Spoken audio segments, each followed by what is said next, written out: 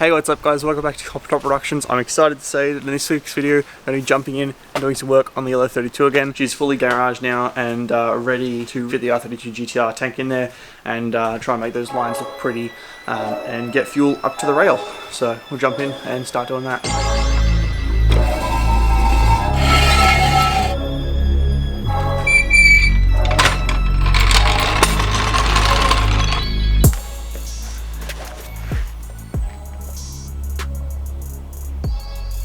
That right there, that's POV. You don't even get to be a part of the jack stands joke because you can't afford jack stands.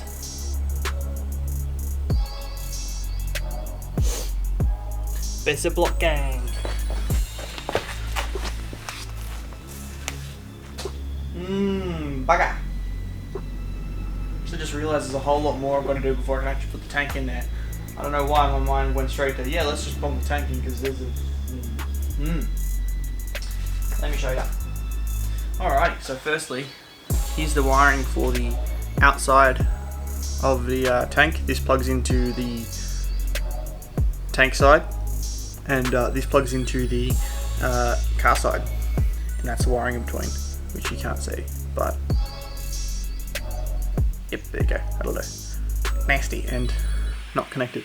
So we're going to sort that out. And then there's also on the in-tank side. I think this is actually all done, I believe. Yeah, no, that looks all good. So this is our new plug for the tank. It mounts to all of our stuff on the inside, fuel reservoir thing, return, and fuel pump itself. We ended up going for, I did know the name of this pump, but I don't know it now. Basically it's overkill and it's more than what we're going to need, because if down the track we end up swapping the engine or God knows whatever we end up doing, I won't have to pull it back out. It's an overpowered pump, idea being that it doesn't have to be small or anything, because basically all it's going to be doing is getting pumped to fuel to the rail and then back, so it can do that as fast as it likes. The engine, if it's only taking a fraction of that out, doesn't matter. It just means the circle from the tank to the engine back to the tank is really fast, and then whatever the engine needs, it can take. And then if we go up in power, we don't have to replace this, because theoretically, if we went up in power and we had a stock one, that circle would be going slower and the engine was taking a lot more fuel. There'd be less fuel in the rail for the engine when it needs it. So bigger pump, less stuff around later on. So yeah, and it was free and it was here. Argue with that. Pump. There is that's a piece of piss. There's this thing, which is the original GTR fuel pump holder, acts as an in-tank reservoir for fuel. So essentially as the fuel's all sloshing around and splashing, the return dumps the fuel straight in here, so there's always going to be a supply of fuel in here for the pump to then pump back up, so the pump can never run dry. And then lastly, the tank, which, if you guys remember from a previous video, we did these to replace the factory tabs because they were munted. We have to run a petroleum-based gel on these, so that they're fuel proof, so we don't leak fuel out of them. And then we've got to plunk this part back on them, which is obviously the filler. That should just about be it. After that we should be able to chuck it in. This is our thread locker. So this is Loctite 577. It's a petroleum proof thread locker. Put a bead around the thread, male thread, put it in, align it to where we need it, and then leave it for, it says a couple hours, but it'll be left for like 24 hours. It'll be left for potentially even a couple days before it actually has petrol in it. This will do what we need to do to lock the threads. So I'm going to chuck some of this on there and sit that aside and let it dry while we work on the electrical side of stuff.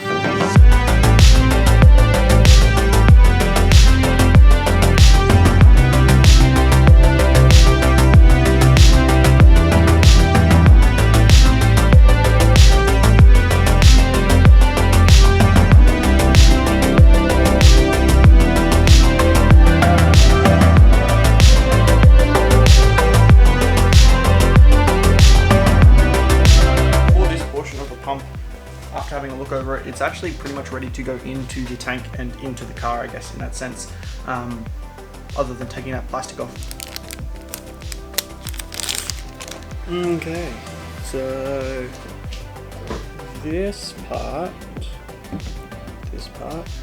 has to go into that thingy there, much like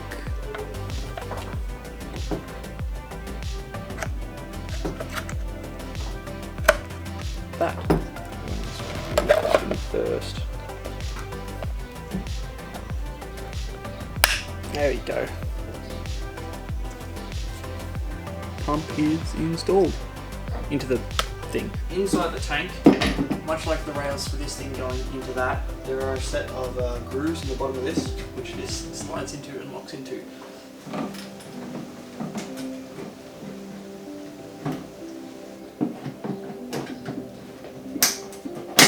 Oh!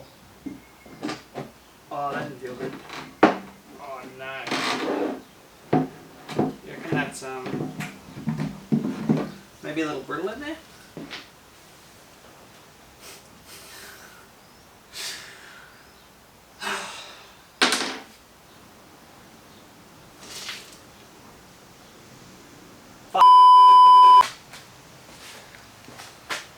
This crap. Same stuff I used on the threads to seal the bungs in the tank, because it's like a plastic bonder. So if there's enough of a surface area for this to sit there on the bottom, then I'll just squeeze a bunch of this goop on there, put it in what's left of the rails, because that will line it up, and then sit it there, put some weight on top of it, and let it dry.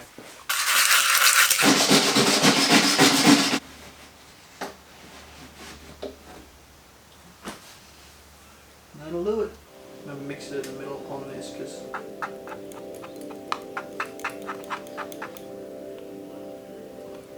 alrighty, that should do it.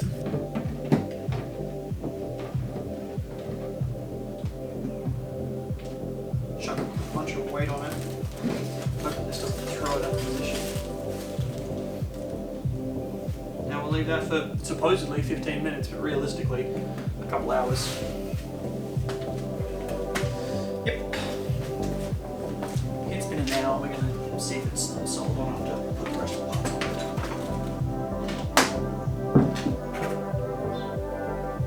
I mean, it's lifting the tank up. I'm guessing it's solid.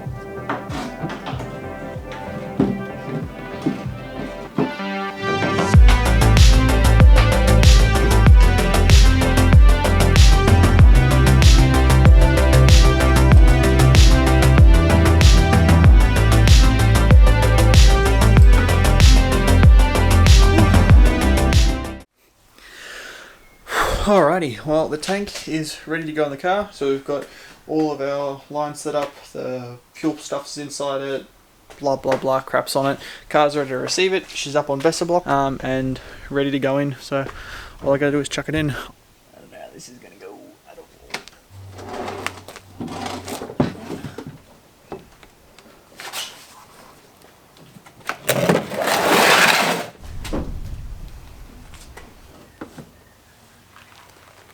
Ties aren't long enough. I'm actually going to need to come up with a different way to mount them, because these aren't long enough to go around. So, after a bit of research, I've come to find that I made a little bit of a mistake. R32 GTR tanks are in fact plastic and obviously don't rust.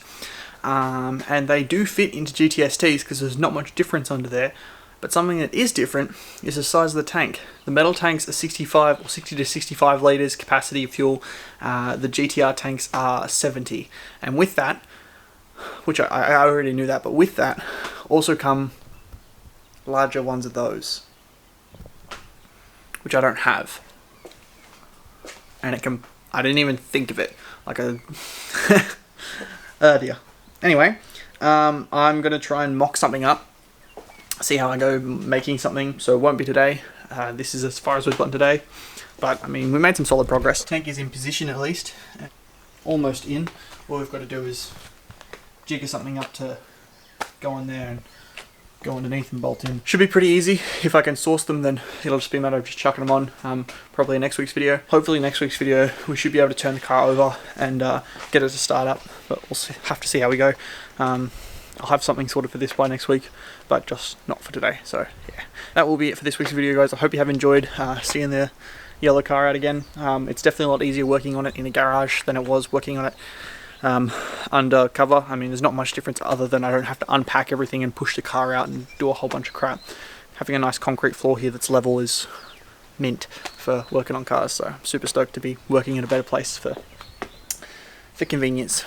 Yeah, anyway guys, I'll leave it there. I'll catch you next week's video. Yeah, bye.